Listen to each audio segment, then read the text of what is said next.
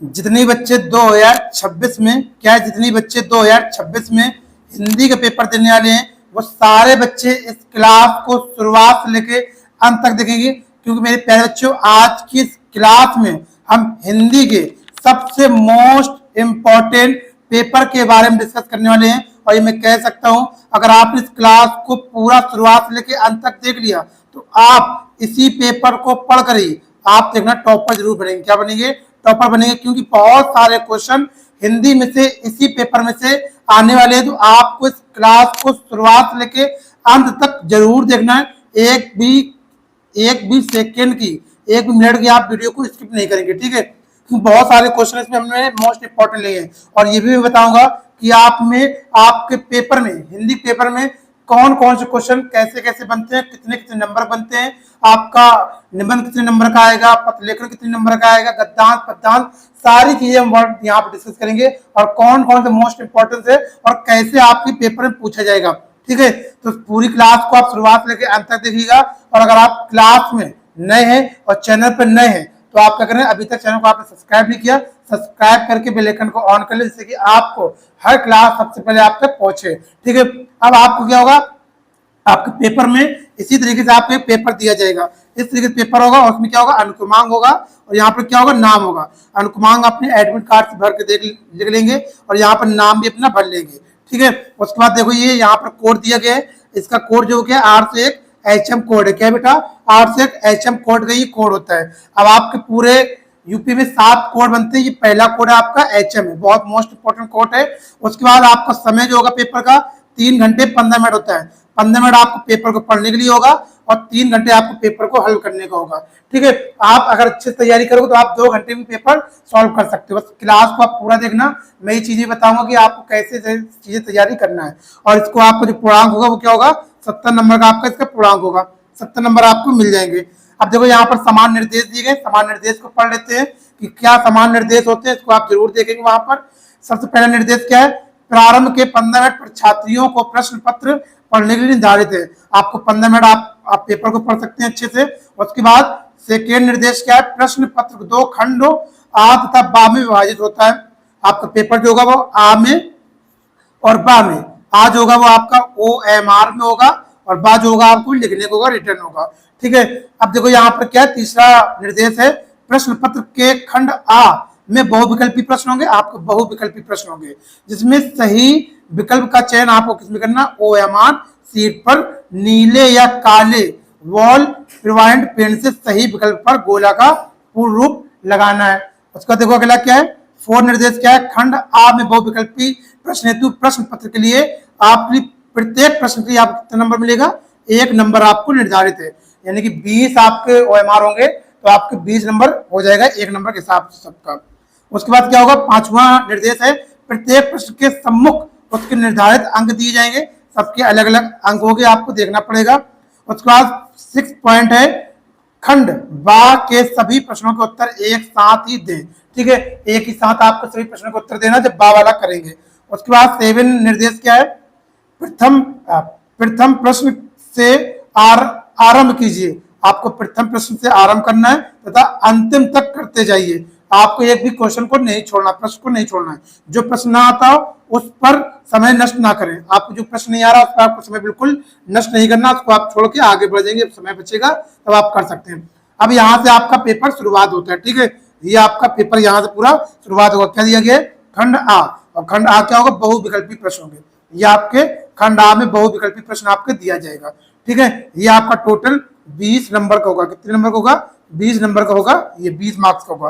पहला प्रश्न क्या है, यहाँ पर सारे क्वेश्चन मोस्ट इंपोर्टेंट है, बहुत सारे क्वेश्चन देखना यहाँ से आपके पेपर में दिखेंगे। तो क्लास को आप शुरुआत से लेकर अंत तक अच्छा जरूर देखिएगा और साथ ही साथ आप इसको नोट भी करते भी चलिएगा, ठीक है? देखो इसका पहला प्रश्न क्या है, आचार्य रामचंद्र शुक्ल किस युग के लेखक हैं? आचार्य रामचंद्र शुक्ल किस युग के लेखक है? शुक्ल युग के, द्विवेदी युग के, शुक्लोत्तम युग के या भारतेंदु युग के? तो किसके भैया, शुक्ल युग के हैं। किसके हैं, शुक्ल युग के। उसके बाद दूसरा प्रश्न है, गवन की विधा है, गवन की विधा है तो किसकी है, ये उपन्यास की विधा है। किसकी है, उपन्यास की विधा है। तो अगला देखते हैं, अगला क्वेश्चन है क्वेश्चन नंबर तीसरा। क्वेश्चन नंबर तीसरा, कंकाल के लेखक हैं। कंकाल के लेखक कौन है, मुंशी प्रेमचंद, जयशंकर प्रसाद, निराला, रामचंद्र शुक्ल। तो कौन हो जाएगा? इसका हो जाएगा जयशंकर प्रसाद। कौन हो जाएगा? जयशंकर प्रसाद। क्वेश्चन नंबर 4 आपका चौथा बहुविकल्पी प्रश्न क्या है? कलम का सिपाही कृति है। कलम का सिपाही कृति है कौन है इसका? इसका हो जाएगा आपका अमृत राय की। किसकी है? अमृत राय की है। बहुत ध्यान से देखिए, मोस्ट इंपोर्टेंट क्वेश्चन है, ठीक है। उसके बाद पांचवा क्या है? शुक्ल युग की समय अवधि है। शुक्ल युग की समय अवधि कितनी भैया? कितनी है? यहाँ पर हो जाएगा 1900 ईस्वी से 1938 तक की है। 1900 ईस्वी से लेकर 1938 तक। उसके बाद 6 नंबर क्वेश्चन है, साकेत रचना है। साकेत रचना किसकी? महादेवी वर्मा की, सुमित्रा नंदन पंत की, जयशंकर प्रसाद की, मैथिली शरण गुप्त की। तो किसकी हो जाएगी इसमें? इसका हो जाएगा आपका मैथिली शरण गुप्त की हो जाएगी। 7वां प्रश्न है, महादेवी वर्मा कावित्री है। महादेवी वर्मा किसकी कावित्री है? प्रगतिवाद युग की, द्विवेदी युग की, छायावाद युग की, या प्रयोगवाद युग की? तो भैया सब लोग बताएं कमेंट में किसका हो जाएगा फटाफट। इसका हो जाएगा आपका क्या? प्रगतिवाद युग की। किसका हो जाएगा? प्रगतिवाद युग की। क्वेश्चन नंबर 8 है, गंगा लहरी रचना है। गंगा लहरी रचना है, तो इसका क्या हो जाएगा? इसका हो जाएगा मातीराम की। क्या हो जाएगा? मातीराम की। आधुनिक काल की समय अवधि है, आधुनिक काल की समय सीमा है, तो कितनी हो जाएगी इसका? इसका होगा 1938 से लेकर 1919 से लेकर 1938 तक, 1936 से लेकर 1943 तक। क्या हो जाएगा आप बताएं सभी लोग? ये 1900 क्या होगा इसका? सभी बताएं। अगला बी ऑप्शन हो जाएगा। सी ऑप्शन देखो 1918 लेकर 1950 ईस्वी तक, या फिर 1843 ईस्वी से अब तक। तो इसका क्या हो जाएगा? 9वें का हो जाएगा डी नंबर, 1843 ईस्वी से लेकर अब तक है।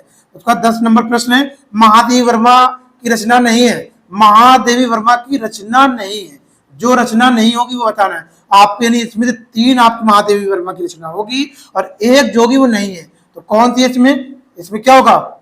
निहार है भैया महादेवी वर्मा की। उसके बाद क्या है? संध गीत, ये भी है। उसके बाद क्या है? दीप शिखा, ये भी है। युगांत, युगांत नहीं है, ये यही आपका राइट आंसर हो जाएगा, ठीक है। यही वाली नहीं, ये राइट आंसर उसका हो जाएगा, नहीं बताना आपका। ये 3 थिंग ए डी बी और डी वाले 3 है रचनाएं, ये नहीं है, तो नहीं वाला आप बता दिया महादेवी वर्मा की। क्वेश्चन नंबर 11 है, हास रस का स्थायी भाव है। हास रस का स्थायी भाव क्या है? इसका होता है हास होता है। उसके नंबर पीपर, पात, सरिस, मंडोला पंक्ति में अलंकार है। तो पंक्ति में कौन सा अलंकार है? उत्प्रेक्षा अलंकार है। कौन सा है? उत्प्रेक्षा। क्वेश्चन नंबर 13 है, सोठा छंद में चरण होते हैं।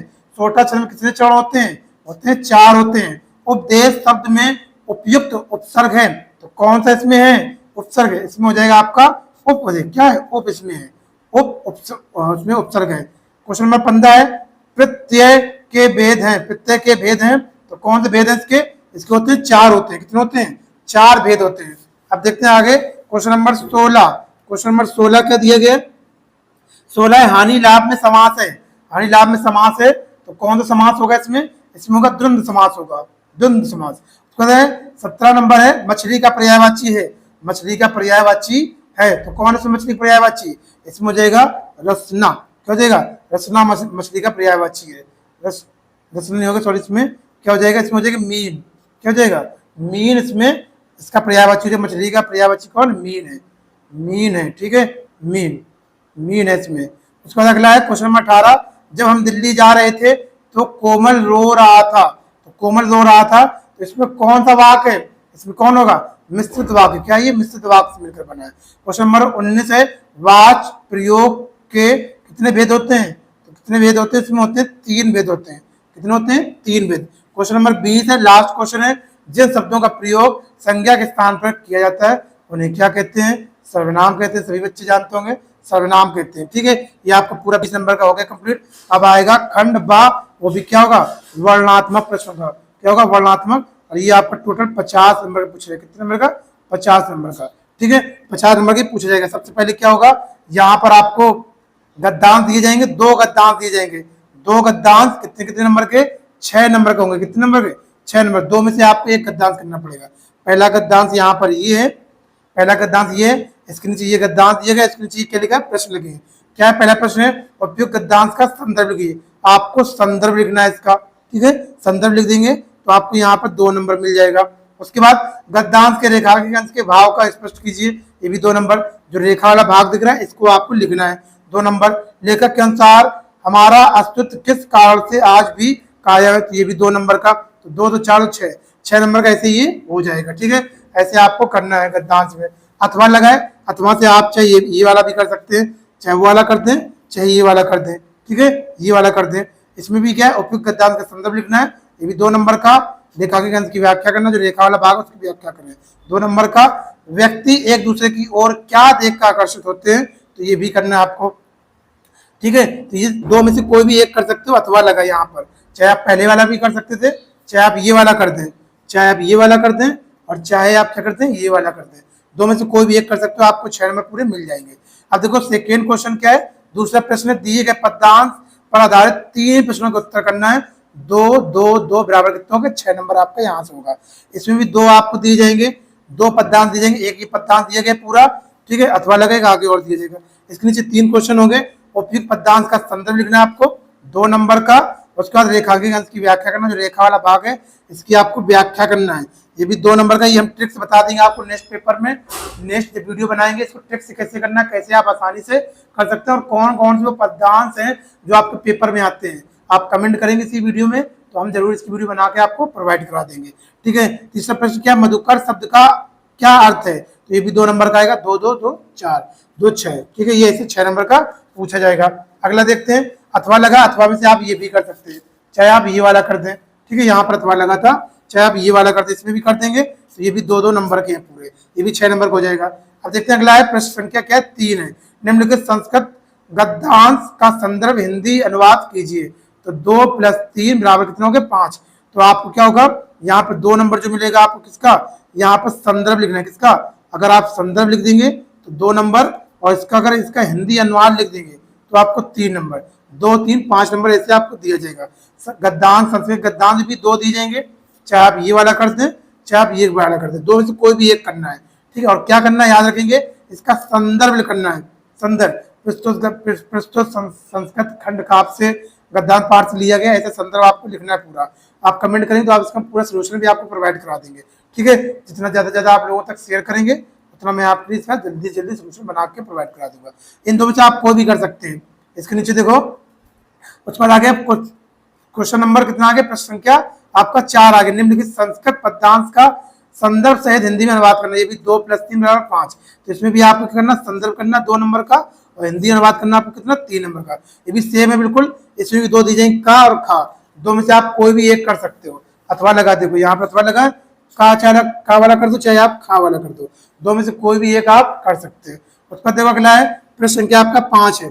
5 में क्या है, अपने पठित खंड काव्य के आधार पर निम्नलिखित प्रश्नों में से किसी एक प्रश्न का उत्तर दीजिए। ठीक है, आपको क्या आएगा, ये खंड काव्य आएगा। खंड काव्य हर बार आता है, पक्का बिल्कुल 3 नंबर, और हर जिले का खंड काव्य अलग अलग होता है, हर एक जिले का खंड काव्य अलग अलग होता है। अब आपके जिले का कौन सा खंड काव्य होगा, ये आप मुझे क्या करेंगे, अपने जिले का नाम इसी वीडियो में लिख देंगे, तो मैं बता दूंगा आपके जिले का कौन सा खंड काव्य लगेगा, आपके जिले में कौन सा खंड काव्य लगेगा, मैं आपको बता दूंगा।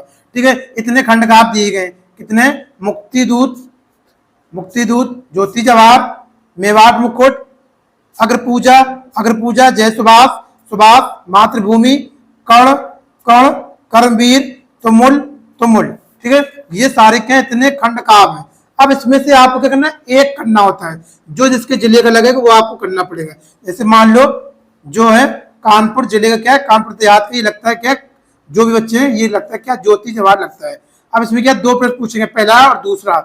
ज्योति जवाहर खंड के आधार पर एक नायक का चरित्र चित्रण कीजिए, ये आप कर देंगे तब भी आपको 3 नंबर मिल जाएंगे, या फिर आप ये लिखिएगा सेकेंड नंबर, ज्योति जवाहर खंड की कथा वस्तु का संक्षेप में टिप्पणी लिखिए। इन 2 में से आपको कोई भी एक करना है, चाहे आप ये पहला वाला कर दें, चाहे दूसरा वाला कर दें, 2 में से आपको कोई भी एक करना है, आपको 3 नंबर यहाँ पर दे दी जाएंगे। ठीक है, आपके जिले मान लो मुक्ति दूध का लगता है, तो इन 2 में से आप एक कर सकते हो। तो यानी ये 2 जो भी आपके जिले में लगता है उसमें 2 दिए जाएंगे, आपको में से एक करना है। तो सभी के आप चरित्र चित्रण तैयार कर लीजिए, चरित्र चित्रण आप तैयार कर लेंगे तो सबके जिले में पूछा जाता है। ठीक है, बिल्कुल पक्का होता है, 3 नंबर ही बिल्कुल पक्के हो जाएंगे आपके, इस तरीके से आप देख सकते हैं।